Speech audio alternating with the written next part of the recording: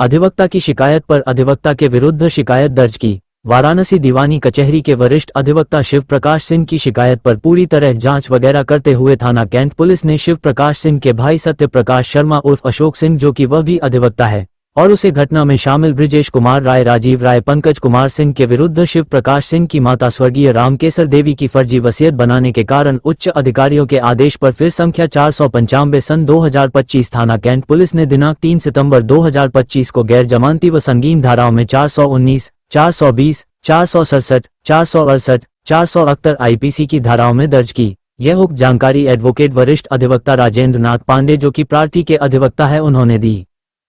मेरा नाम है Rajendra Nath Pandey, advocate, chamber number 7, Banaras bar अधिवक्ता बिल्डिंग, सिविल कोर्ट वाराणसी। मामला ये आया है कि एक शिव प्रकाश सिंह वरिष्ठ अधिवक्ता हैं दीवानी कचहरी के, इनके द्वारा दी गई तहरीर पे पुलिस ने इनके बड़े भाई सत्यप्रकाश शर्मा और 3 अन्य अभियुक्तों के खिलाफ भारतीय दंड संहिता की संगीन धारा 419, 20, 467, 468 और 471 में कल 3 सितंबर को रात को 11 बजे बाकायदा जांच करने के बाद एफआईआर दर्ज करें। एफआईआर किस मामले में दर्ज है? एफआईआर में एलिगेशन इनके विरुद्ध ये है कि इन्होंने अपनी मां की फर्जी वसीयत बनाई है। यहाँ यह बताना उचित है कि इस प्रकार की हरकत ये जो सत्यप्रकाश शर्मा, इसके जो 1 नंबर के अक्यूज्ड हैं, वो पहले भी अपने सगे चाचा के संदर्भ में कर चुके हैं। सगे चाचा की भी उन्होंने बनाई थी और उस वसीयत फर्जी को गए थे रजिस्ट्रार के यहाँ पंजीकृत कराने, जो कि रजिस्ट्रार ने गवाहों के जब बयान लिए तो गवाहों ने बोला कि ये तो मेरे वकील साहब थे और जिन्होंने फर्जी बनाया, हमने किसी वसीयत में गवाही नहीं की है। तो उस खबर को भी उस समय के समाचार पत्रों ने प्रमुखता से छापा था।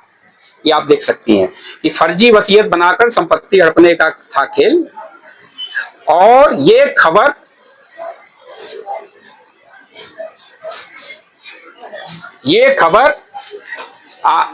शुक्रवार 6 मई 2022 के समाचार, बनारस के प्रमुख समाचार पत्र में छपी थी। और रजिस्ट्रार के इस आदेश के विरुद्ध भी आज तक सत्यप्रकाश शर्मा को न तो कोई रिलीफ मिली और न तो किसी ऊपरी अदालत ने रजिस्ट्रार के इस आदेश को आज तक किसी भी प्रकार से गलत कहा। बावजूद इसके आदतन इन्होंने अपने सगे चाचा की वसीयत की ही तरह अपनी सगी माता की भी वसीयत बना के अपने सगे भाई की प्रॉपर्टी हड़पने का प्रयास किया और सगे भाई, छोटे भाई को मजबूरन इनके विरुद्ध एफआईआर दर्ज करने का प्रार्थना पत्र देना पड़ा। इन्हें उनके भाई को कब पता चला कि फर्जी जब ये फर्जी वसीयत बना के इन्होंने चुपचाप रखा था और जब उस वसीयत के आधार पे माता की संपत्ति पे ये नाम चढ़वाने गए, नाम तो मेरा भी चढ़ गया, तो इन्होंने बोला कि नहीं, मां ने पूरी संपत्ति मुझे कर दिया है, इसलिए मेरे सगे छोटे भाई जो वरिष्ठ अधिवक्ता शिव प्रकाश सिंह हैं, उनका नाम ना चढ़ा के पूरा नाम मेरा ही चढ़ाया जाए। जो जोनल अधिकारी बरुणा पार जोन ने इनकी इन हरकतों को और सारे साक्ष्यों सबूतों को देखने के बाद मना कर दिया, जिसकी इन्होंने जज लघुवाद न्यायाधीश के यहाँ अपील की है।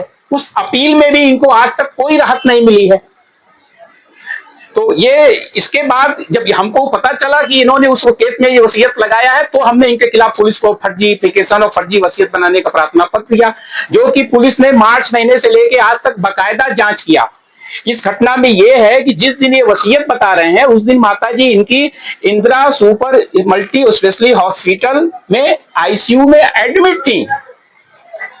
वो बोलने के और उसकी भी पोजीशन में नहीं थी और इनको ये चीज पता नहीं थी, क्योंकि माता से इनका कोई बोलचाल नहीं था।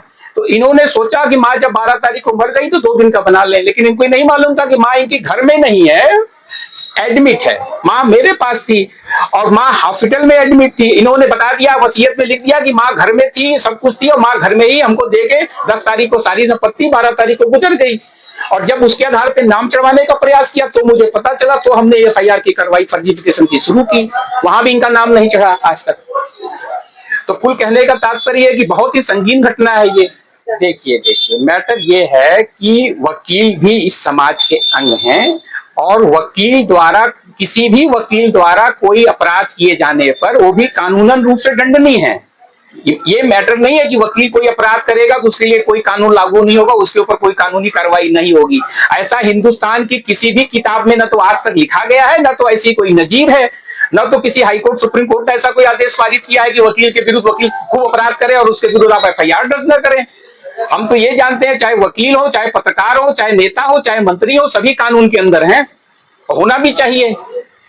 तो इस कारण पुलिस ने भी 4 महीने लगाया और सारी प्रकार की जांच की। विधिवत जांच में इनका अपराध प्रथम दृष्टया साक्ष्य पाया गया। इनके विरुद्ध ये गैर जमानती और संगीन धाराओं में FIR दर्ज करी है और पहले वाली भी खबर इनकी छपी है प्रमुखता से। बावजूद ये छपे, बावजूद ये काम करते रहे, ये अपना काम करते रहे। जिसके साथ रबड़ा होगी वो इनका अपना काम मीडिया ट्रायल करता रहेगा। अगर ये वकील नहीं होते तो शायद ये मीडिया खबर का ये कोई ऐसा प्रसंग उतना बड़ा नहीं होता। और इस मामले में भी अगर ये वकील नहीं होते तो खबर इतनी प्रमुखता से नहीं छपती। रोज बहुत लोग फर्जीवाड़ा करते हैं, लेकिन एक वकील द्वारा जब ये फर्जीवाड़ा किया गया तब ये खबर प्रमुखता से छपी। और आज भी ये इसलिए मैटर है रोज अदालत में, लेकिन एक वकील द्वारा आदतन इस प्रकार की हरकत की जा रही है, अपने सगे भाई को नहीं छोड़ा जा रहा है, तो फिर समाज में कैसे, समाज में वकीलों के प्रति तो अवधारणा गलत हो जाएगी। लेकिन सारे वकील ऐसे नहीं, हमारा कहना है कुछ वकील ऐसे होंगे या हो सकते हैं।